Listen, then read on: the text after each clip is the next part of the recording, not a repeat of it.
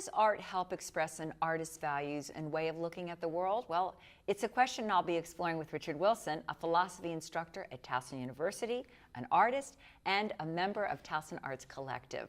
Good to see you. How are you? I'm good, and I'm going to ask you, how does art express an artist's values?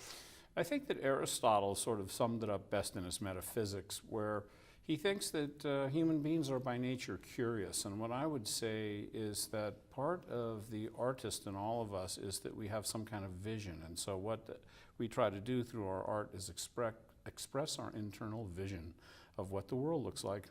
Mm-hmm. So we develop a world view based upon our art. Okay, so I'm going to ask you a more personal question then. How is your personal philosophy, your worldview expressed in your art? I grew up in the Northwest fishing and going all over the place in a camper, and I've been trying to paint the same waterfall for the last 48 years, and I still haven't got it, but I'm working on it. Yeah. I like waves and clouds and the environment, and it's something that allows me to relax from some of the more stressful work related to my philosophy teaching.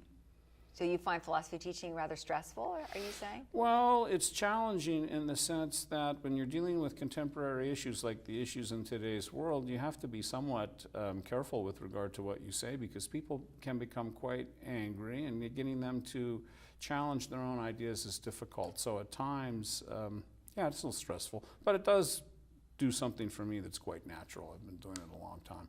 Okay, so you are sort of this dual person. You're an artist, you're a philosophy instructor.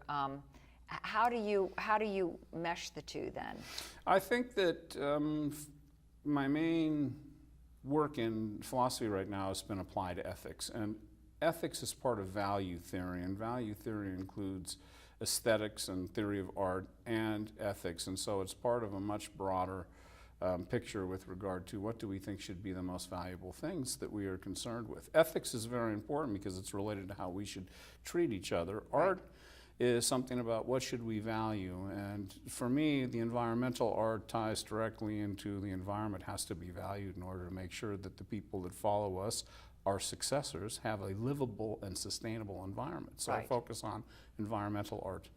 Okay, so there's a lot of discussion right now going on about the environment. Right, and so there are different ways to discuss that. There can be studies done and symposiums, with all kinds of scientific research.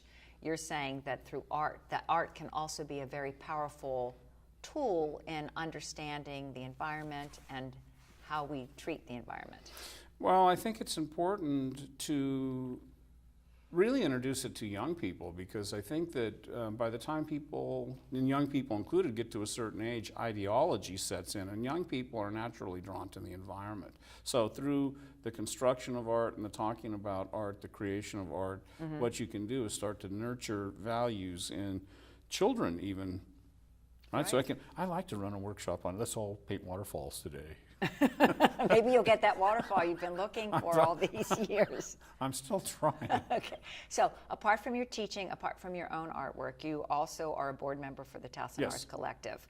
Tell me a little bit about the group, because I know they've been around now for a while in Baltimore County. Towson Arts Collective has been in existence for 10 years. We've had a couple of venues, one on York Road right by the library. We now are at 40 West Chesapeake, but we also have a space in Kenilworth, and we have a space in the mall right next to Nordstrom. So very accessible, where there's a lot of traffic. Right, and people can exhibit their work, and in some sense it's very important, because not only do people get a chance to exhibit their work, but they also get a chance to meet a lot of people, and the community gets introduced to the art, and a lot of people are just ordinary people that just do art. So mm-hmm.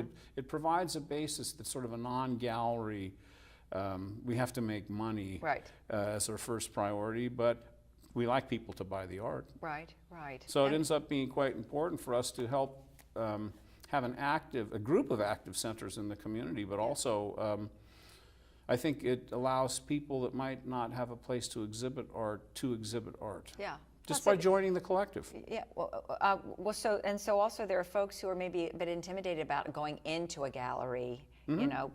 But if you're there at the mall or you're there, whatever, I mean, it really does get it into the community. Right, and that's maybe something that's important in my ideas of the collective are that art is something ordinary, and everyone should be making art. My mom, Right. my mom crocheted and made doilies forever, and I mean, these are precious items. It's her life energy breathed into her doilies. And if you just said, well, painters do the same thing, sculptors do the same thing, filmmakers do the same thing. And I Right. think our young people have to be encouraged, and old people, older people, mature people, need to be Very good, encouraged thank to be creative as well. Absolutely. It's a great form of expression. So if people want to get involved with the Towson Arts Collective, they can. You don't have to necessarily be an artist. You No, can just you can just support it. walk up and come into any of the spaces. Like I said, one's in Kenilworth, one's at 40 West Chesapeake, and one's now in the mall, and we always have forms in there for you to Terrific. join. It's really inexpensive, and you can also be a donor. Okay. Well, Rich Wilson, good to meet you. Wonderful to talk to you about. I wish we had many more moments to speak because you have a lot to say. So thanks so much. Yep, thank you. So Rich Wilson, and I'm Carolyn Blacksotier, and this is smARTS, the Baltimore County Arts and Culture Show.